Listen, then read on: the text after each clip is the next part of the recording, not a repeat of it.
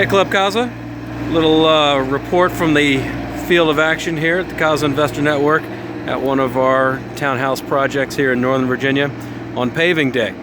The tip here being work on your coordination with your contractors to let them know if there's anything big going on in your subdivision, and make sure they pass that word along to subcontractors. We got notice that this work was coming from the HOA in our neighborhood here a couple of weeks ago. Made sure all the guys knew what days the paving company was going to be here, shutting down the roads, working on paving, and pretty much locking people into their houses and driveways for about 24 hours.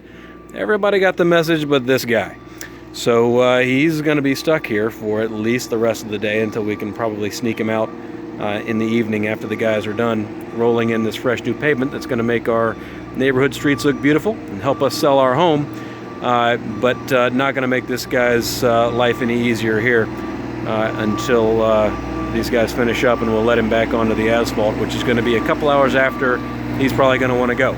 But he either was told or should have been told by the general contractor about this work coming up, but a good lesson in making sure you've got your lines of communication kind of worked out in advance with all your trades, and anytime you have to give them information, confirm that they've told all the subcontractors what's going on your job sites when things come up, and get confirmation that everyone has been notified, so that if anybody's mad, they're not mad at you.